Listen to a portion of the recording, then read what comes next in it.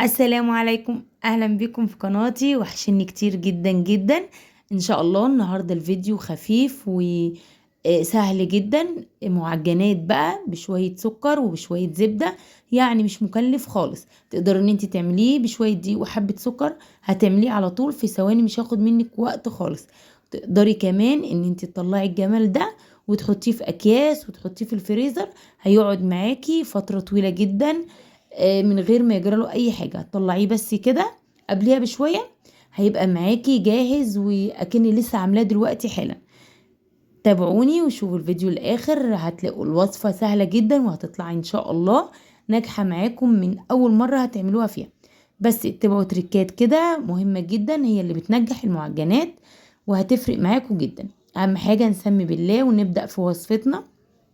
معايا بضايه بحراره الغرفه، هنحطها كده، ومعاها بقى معلقة خل ومعلقتين سكر، معلقتين سكر كبار حبيبات مش بودر، ومعلقة خميرة ممسوحة، ومعلقة خل علشان الزفارة.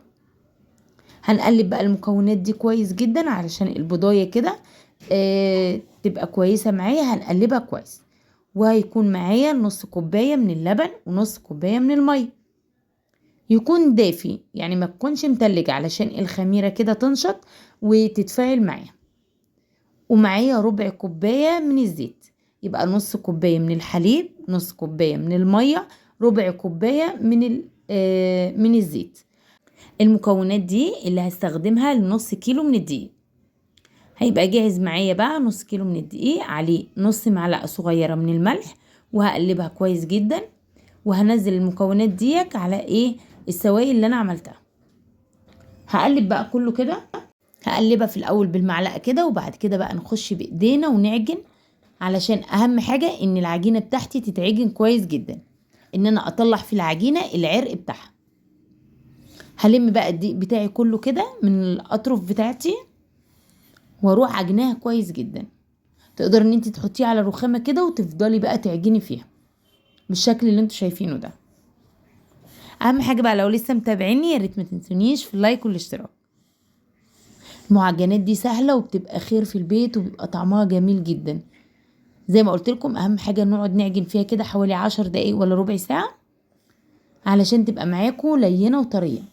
بعد ما اخلص عجنها كده، اروح بقى جايبه معلقتين من السمنه او الزبده، يعني سمنه او زبده، واروح حطاهم كده على العجينه، والم بقى العجينه بتاعتي كلها.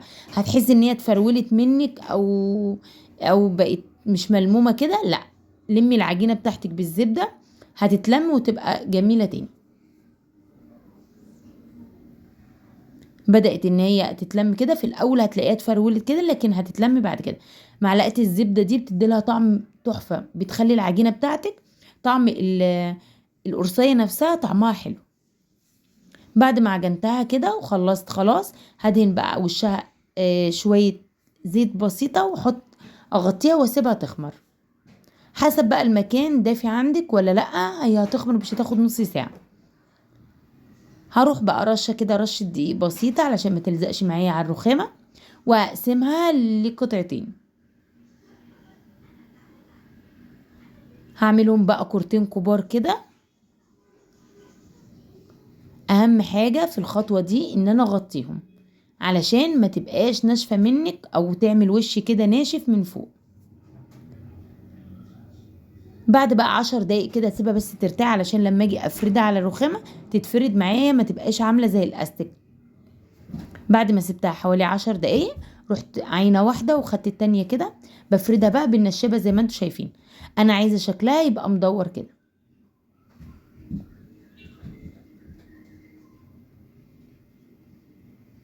بخلي السمك بتاعها ما تبقاش رفيعه قوي وما تبقاش برضو سميكه. بحاول ان انا اسويها كده من كل الاطراف. وهبدا بقى ان انا ارش بقى معلقه من الزبده كده، عشان زي ما قلت لكم هو ده اللي هيديها طعم حلو. الزبده بتبقى لينه كده شويه، ما تبقاش سايحه قوي عشان تعرفي تلفيها، وعشان ما تسيحش معاكي وتبقى ملزقه معاكي على الرخام. وهرش بقى رشه كده بقى من السكر البودر، السكر الحبيبات، عايزة بقى ترشي مثلا كاكاو، عايزة ترشي اي حاجة تاني ينفع، لكن انا هنا استكفيت بالزبدة والسكر. بعد بقى ما برشتها كده باجي بقطعها 4، بحاول ان ال4 يبقوا متساويين. باخد بقى كل ربع كده وابدأ ان انا الفه، بوسع بس لنفسي كده. طبعا انتي بقى عشان في البيت ومش بتصوري ولا حاجة هتعمليهم على طول، مش هتاخد منك وقت خالص. هلفها بقى كده، بصوا انا بلفها من الجنب اللي هو الكبير من الصغير بالشكل اللي انتوا شايفينه ده. واهم حاجة ايه، تلزقيها كده العجين في الاخر علشان ما يفكش معاكي. وهعملها بقى زي الرول كده،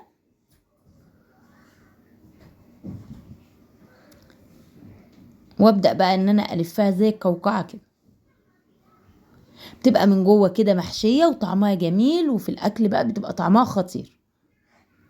اتمنى بجد ان انتوا تشجعوا كده وتعملوها، بجد هتطلع ان شاء الله. لو عملتي كل تركية اللي انا بقولك عليها هتطلع ناجحة من اول مرة.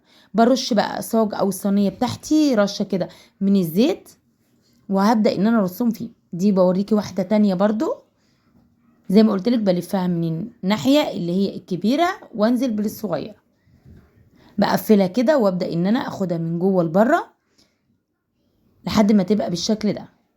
ابدأ بقى ان انا الفها زي القوقعة بالشكل ده. اهم حاجة الطرف الاخراني بحطه من تحت. انا هنا عملت كده، دول جم معايا 8 وحدات، يعني النص كيلو جم معايا 8 وحدات. بغطيهم بقى كده وبسيبهم يتخمروا شوية. بعد ما بيخمر زي ما قلت لكم حسب المكان تدفئته عنده، يعني احنا في حر مش هتاخد ربع ساعة وهتبقى بالشكل ده. بيبقى معايا بقى معلقة سكر، معلقة سكر على ربع كوباية كده من اللبن او اقل كمان، يعني حوالي 3 معالق من الحليب. بدهن بقى 2 واروح رش على وشهم بالسكر. شايفين ما شاء الله جميل، كله هوا كده وجميل. ده شكلها بعد ما طلع من الفرن. اهم حاجة عشان تبقى طرية معاكي وحلوة، اول ما تطلع من الفرن لازم تغطيها بفوطة قطن كده او اي حاجة قطن وتسيبيها. ما تعريش الفوطة، يعني ما تعنيش الفوطة قبل 10 دقايق.